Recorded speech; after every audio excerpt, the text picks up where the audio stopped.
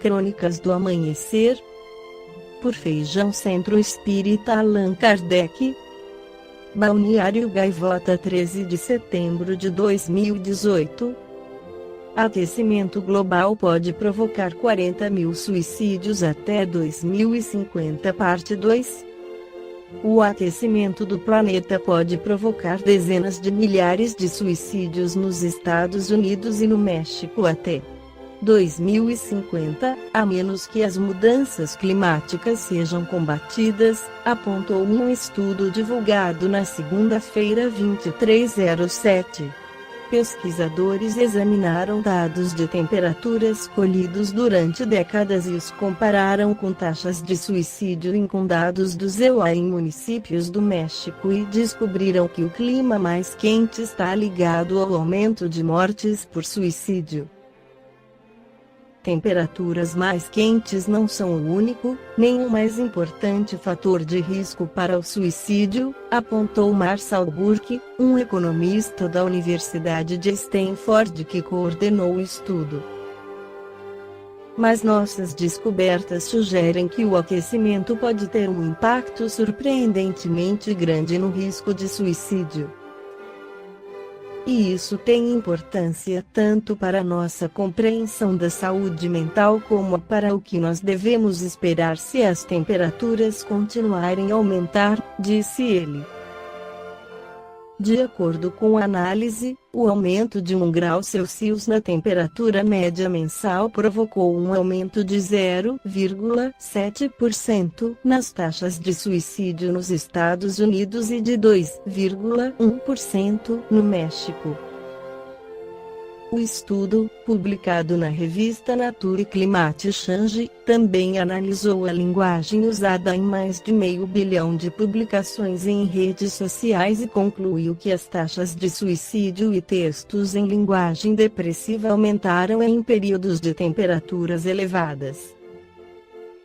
Segundo uma projeção do estudo, se o aquecimento global não for limitado até 2050, podem ocorrer entre 9 mil e 40 mil suicídios adicionais nos dois países.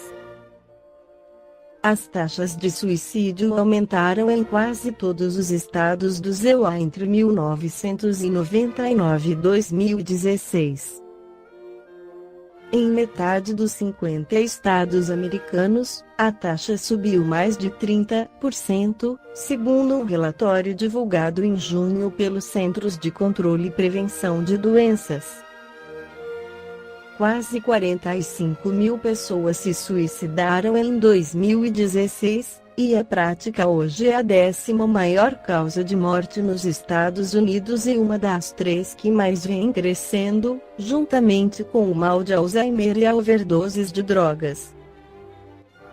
Quando se fala de mudanças climáticas, muitas vezes é fácil pensar em abstrações, disse Burke.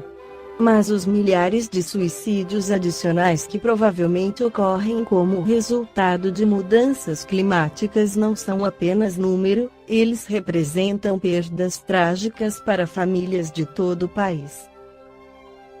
Na revista Reformador de julho de 2018 há uma mensagem do espírito Manuel Filomeno de Miranda, psicografada por Divaldo Pereira Franco, na sessão mediúnica da noite de 10 de outubro de 1984, no Centro Espírita Caminho da Redenção, em Salvador, Bahia, onde ele comenta sobre saúde mental.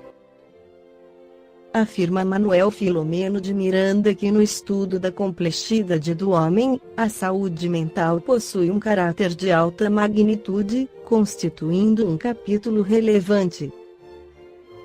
Concomitantemente, o esforço dos lidadores das ciências psíquicas tem sido de grande significação para eliminar ou minimizar os males que decorrem das variadas formas de alienações mentais, que aumentam assustadoramente nos espaços emocionais da sociedade odierna. Desde os antigos conceitos dos humores, de Galeno, até as incursões mais profundas no inconsciente da personalidade, superando-se as crendices de que o cérebro não pode enfermar, as conquistas são expressivas, sem que se hajam apresentado resultados mais tranquilizadores para as criaturas. As estatísticas demonstram que aumenta o número de enfermos mentais consumidos pelos impositivos desagregadores da sociedade. Estabelecidas as causas preponderantes, coercitivas, e as predisponentes, que levam às psicopatologias, os fatores endógenos e exógenos, ao lado dos traumatismos cranianos e das sequelas provenientes de enfermidades viróticas, as pressões psicológicas com as suas altas cargas de tensões respondem pelos elevados índices das neuroses, das psicoses, das mudanças de comportamento. Constrições psicossociais, em desabalado crescimento, estão ceifando o equilíbrio do homem e conduzindo a distúrbios que se agravam. A falta de orientação psicoterápica preventiva entre os indivíduos deságua nas ações injustificáveis que desencadeiam processos de desagregação da personalidade, conduzindo à loucura nas suas variadas formas. Desestruturado, o indivíduo que não se enriqueceu de valores emocionais para enfrentar os sucessos ou os dissabores da vida tomba nas urdiduras da ansiedade, gerando perturbações psicológicas que se agravam cada dia, graças ao meio ambiente familiar, igualmente desconcertante, que acelera o distúrbio inicial até a instalação da enfermidade de curso demorado, quando não se apresenta com recidivas constantes ou se transforma em quadro irreversível. A linha demarcadora entre saúde e doença, no seu curso sinuoso, encontra na área das enfermidades mentais menos campo de limitação pelo fato de o indivíduo transitar de um para o outro estado com frequência e facilidade. Sendo muito complexa a definição de normalidade mental, os dados que lhe estabelecem as expressões não podem ser aplicados com sucesso, em se considerando a quase infinita gama de comportamentos humanos. Estabelecidos os parâmetros da normalidade, quaisquer incursões em outras faixas de conduta chamam a atenção para uma análise que objetiva evitar a queda pela rampa do inabitual até o tombo na alienação. Examinando o homem na sua legítima realidade, tem-se que o considerar como resultado de um espírito imortal que é, a exteriorizar-se mediante o perispírito, órgão intermediário responsável pela programação e formação do corpo no qual se movimenta na Terra. Preexistente à vida física e a ela sobrevivente, deve ser estudado como resultado das suas multifárias experiências, nas etapas reencarnatórias do passado donde procede, graças às quais logrou a saúde temporária ou a transitória enfermidade. Aceitando, porque legítimas, as explicações da psicologia, da psiquiatria e da psicanálise a respeito da saúde mental, não podemos, os espiritistas, nessas causas únicas, fixar todos os comportamentos alienados, dissociando o espírito, qual se ele não existisse, individualidade eterna desde quando foi criado, é o princípio inteligente do universo responsável pelo próprio crescimento na direção da fatalidade para a qual está destinado, que é a perfeição relativa a atingir. Arquiteto do destino, mediante as leis da justiça que nele se encontram em germen, representando a consciência cósmica, tudo, quanto faz ele transforma em bênção ou desdita, conforme a qualidade da ação desenvolvida. Graças a isso, torna-se herdeiro de si mesmo no largo processo de evolução no qual se encontra situado. Essa reação é mais evidente, excetuados os fenômenos teratológicos mais chocantes, na área das doenças mentais. imprimindo, nos implementos constitutivos da cerebração bem como dos sistemas nervosos e das glândulas de secreção endócrina, os conflitos, desconfortos, as cargas de crimes não justiçados, de ontem, hoje ressurge em curso nos quadros graves de esquizofrenia, da catatonia, do autismo, das psicoses profundas.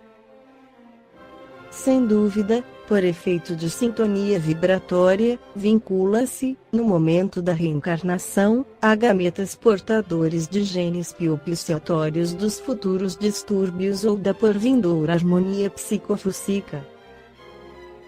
A mente culpada ao reencarnar-se, fugindo à responsabilidade de antigos crimes, bloqueia o campo da razão, gerando estados autistas lamentáveis como forma de esquecer ou destruir os focos de recordações dolorosas e cruéis. Nas manifestações fóbicas encontramos o espírito impregnado das emoções rudes que o venceram, vitimando-lhe o corpo anterior, seja numa catalepsia que o levou à tumba onde despertou e logo morreu a forma, ou noutra ocorrência, na qual o pavor se lhe fez tão chocante, que agora ressurge como medo incontrolável que desconcerta e aparvalha. Em toda e qualquer manifestação anormal do comportamento, o espírito encarnado é o agente que responde pela própria aflição. Idiotia, imbecilidade, atraso mental são remanescentes de suicídios espetaculares, quando a rebeldia e o orgulho exacerbado estilhaçaram a casa mental. Utópicas tentativas de fuga e responsabilidade, assim perdendo o corpo, mas não se liberando dos fenômenos desencadeados, ora exigindo reparação, recuperação. Noutros capítulos, defrontaremos contendas psíquicas entre as vítimas de antanho, os seres servidores, os algozes impenitentes que os infelicitaram, dando origem a obsessões, ou a intercâmbios mente a mente, corpo a corpo, de esforços desditosos. Carregando a consciência culpada, em matrizes que se ficham no inconsciente profundo as telas delicadas da organização perispiritual, estabelecem-se os vínculos da desidia perturbadora, envolvendo ambos os litigantes em lutas inglórias, que só o amor consegue pacificar. Na trama e urdidura das obsessões, os agentes vingadores insistem na pugna, até quando a vítima tomba irremissivelmente, iniciando-se, com o desconcerto da emoção, o quadro da loucura. Igualmente se há de considerar que, sendo o espírito em si mesmo o responsável pela saúde ou doença de que se torna instrumento, mesmo quando se estabelece a loucura, quase sempre piorando-lhe o quadro, manifestam perturbações de ordem obsessiva. Imprescindível que se estabeleça em caráter de urgência uma psicoterapia preventiva para a saúde mental, iniciando-se a programação por meio do estudo dos valores ético-morais que devem ser incorporados pelos indivíduos, mediante o cultivo do otimismo, das conversações e leituras salutares, da convivência fraternal motivadora da solidariedade, de afirmação e valorização da vida, elementos estes que propiciam a renovação interior e a preservação da paz como do equilíbrio, indispensáveis para que seja estabelecida a saúde mental decisiva para o progresso do homem. Esta foi a crônica do amanhecer de 13 de setembro de 2018, por Feijão Centro Espírita Allan Kardec.